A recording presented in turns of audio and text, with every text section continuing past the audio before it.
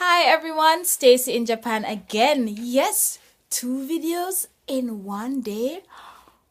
Oh wow. Anyway, this is another serious question that I have, which has been posed to me. It was posed to me just today, actually, at an interview. And I thought about it, and it was a very, very good question. And so I want to ask you this question. You who have plans to come to Japan, or you may already be in Japan. Do you have any interest in Japan? Or did you have any prior interest before coming to Japan? For me, personally, I had no interest in Japan outside of coming for work. I didn't know where Japan was, honestly, and I really didn't give much thought to it. I just knew that it was an opportunity to come and teach English. Now, so how did I actually hear about this teaching opportunity? I actually learned about this opportunity in 2003, between 2002 2003, in my final year of college, right? And I saw a flyer on the notice board and I actually did apply then through the JET program, but I was not successful. Then fast forward 13 years later, or let's say 12 years later, the whole idea came up again through a friend of mine who told me about this company Interact. I'm like, okay, this must be for a reason at this juncture of my life, so let me give it another try. By this time, I had upgraded my diploma to a degree, blah blah blah. And so, still no interest in Japan. No care that it was, so popular for anime, or that it was so culturally rich, and no interest, just for the opportunity to work. And I was quite content with that, as being my reason for coming to Japan.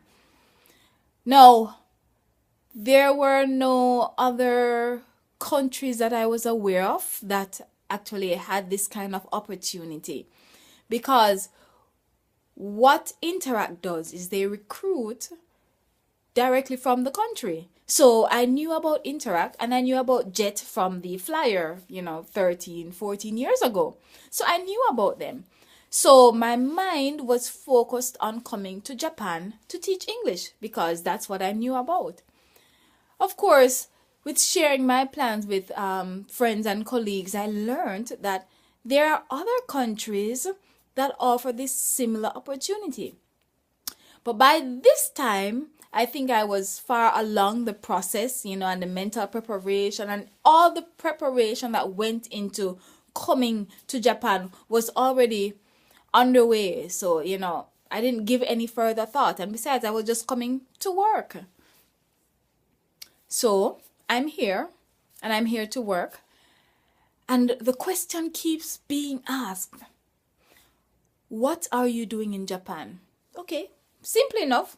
Fine. I'm here to work. But why Japan? Why Japan? And I usually am stumped right there.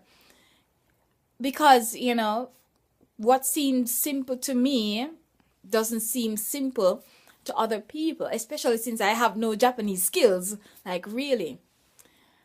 But just before I came to Japan, I actually spoke with a college mate of mine who actually studied up to her PhD in Japan. So this was now another added reason to coming to Japan, except that the opportunity to study was through the Jamaica and Japanese government. The embassies had this scholarship that they offered, but you had to be under 35 years old by a certain time. And guess what? I turned 35 this January. So the opportunity to study through that scholarship is no longer available. So why Japan? What are your interests? Mind you, since being in Japan, I have come across some things that I may possibly like and am interested in, but nothing to really drive me in any shape or form like other persons. Those who studied Japanese before they came, studied Japanese in college, or studied some sort of animation, Japanese history.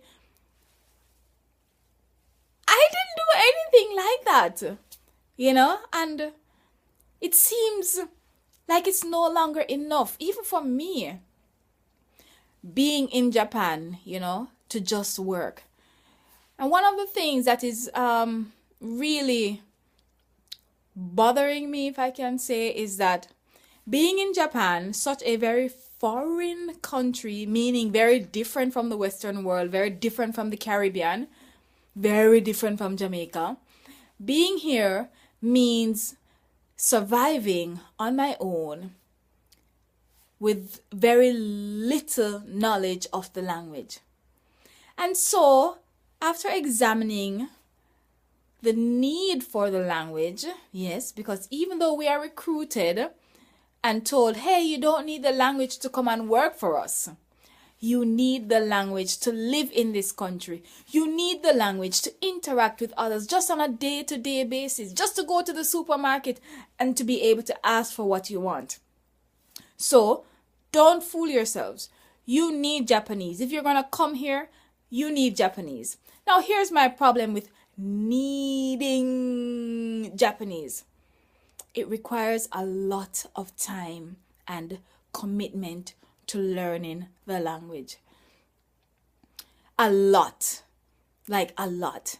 And so I have had this struggle and been battling really with learning the language for somewhere that I don't really have that much interest in. It's a wonderful place. But the interest is really just not there like that. I've been trying and I've been looking for opportunities to ignite my interest. But it's really not there. So it makes committing to studying Japanese very difficult, while I would rather be writing or drawing or painting.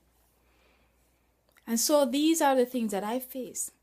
What do you face being in Japan? Have your interests grown? Have there been any added interests since you have been in Japan? What are you struggling with? Please let me know. Maybe we can help each other. Thanks for watching. Really appreciate your time. And if you have any questions, please feel free to ask. Thank you. Bye.